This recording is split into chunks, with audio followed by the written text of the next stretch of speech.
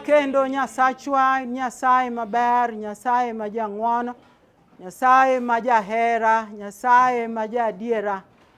Ndalo duto in kodwa, kuonde duto in kodwa Ruoth. Goni erokamano e kinde ni Wuora nikech olong'oni mondo wachokre kaendi kaka nyithindi, mondo wawinj kowuok kuomi Jehova. Wacho ni kinde duto ka wachokore e nyingi to in bende in kodwa. Omiyo ang'eyo chutho ni in kodwa odiechieng' ma kawuono ni. Erokamano Jehova Nyasaye ne jogi misechoko. Wuora ka kinde ni ochopo mwadwa winjo wach. Ilos chunjewa obed lowo maber. Lowo makawo wach kendo nyago. Kendo bedo golemo. Nyasaye paro maricho koro mondo igol. Paro mokere koro mondo ikethi Nyasachwa. Teko mag mudho koro mondo ike oko Nyasaye. Mondo jogi owinj wach moa kuomi. Erokamano Wuora isechunga ni mondo abed giri mar tich Wuora. Ok awinjora kata matin. To in Nyasaye matiyo kod gik manyap. Gik mocha, gik mofuwo e kit ngima mar pinyni.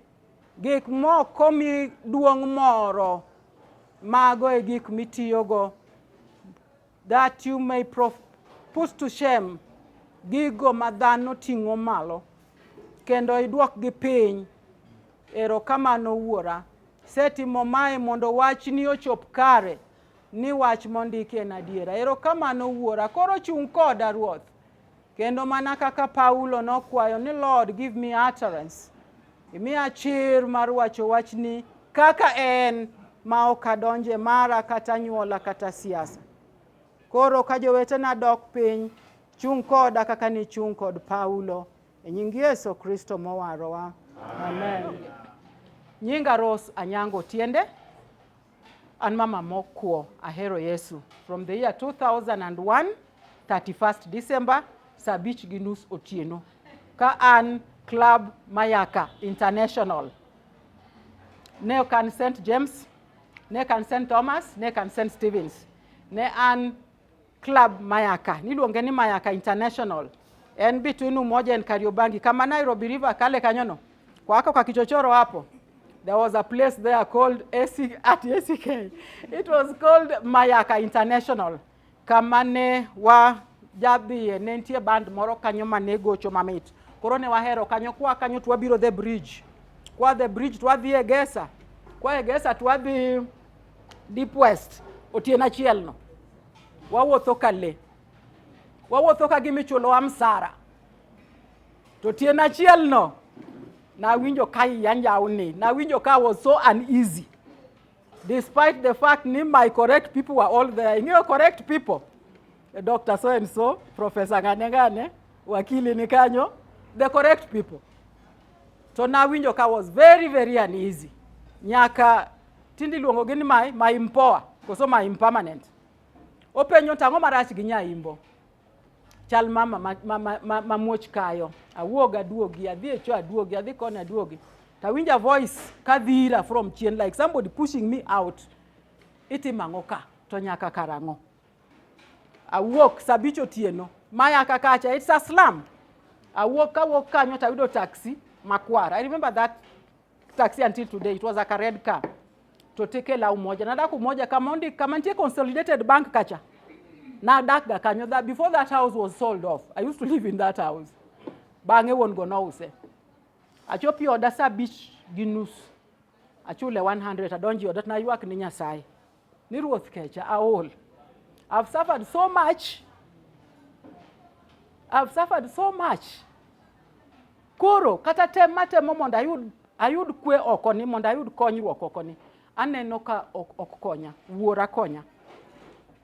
Na winjo ka kwe obiro na kwe moro ma don't know from where to na paka Nyasaye. Kech nan ng'ama onge wende Nyasaye, na wero wende Nyasaye alemo ta dhi nindo. Abedo gimoro 1 week. Kapod aparo gima notimore nano. Is it true? These things happen. So when he said it is true, it has happened. Nyasaye mwari no biro riti. So the kingdom of darkness is very vicious. This friend of mine, he kept coming to the house.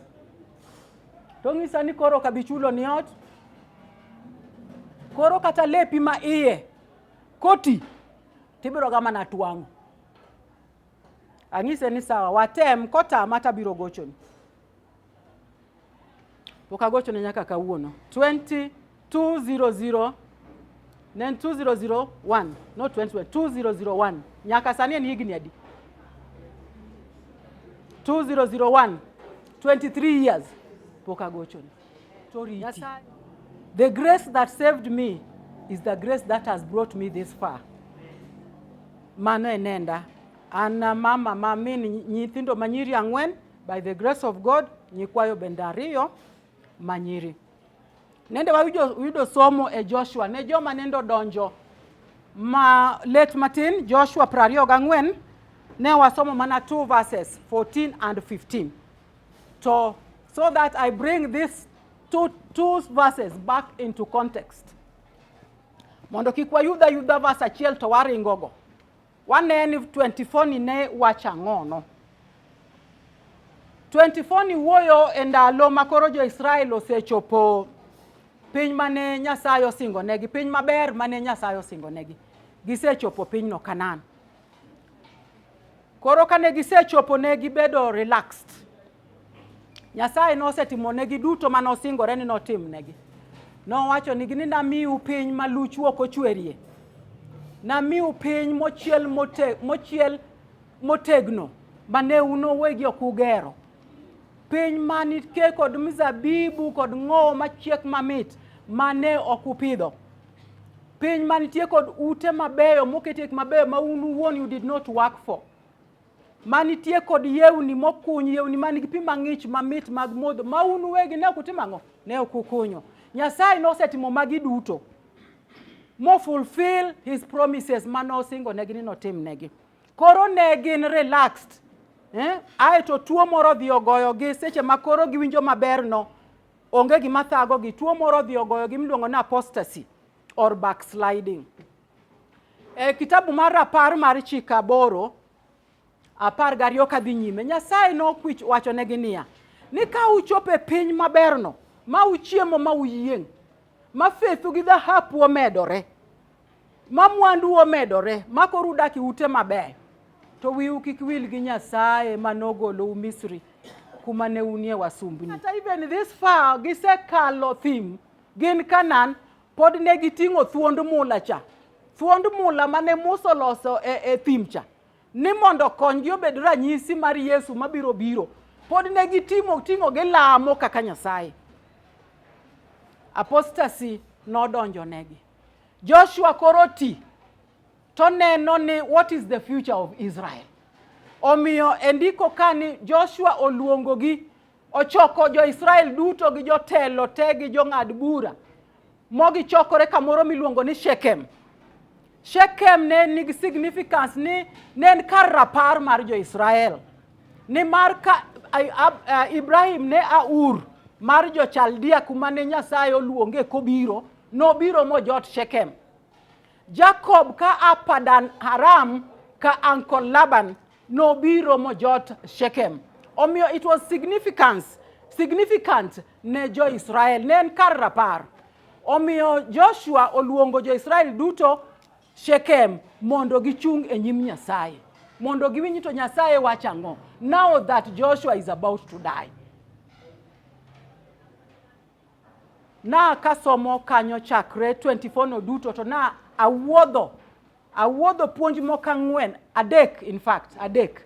To kisome tibendi biro wuodho moko. Biro wuodho moko mabende puonji.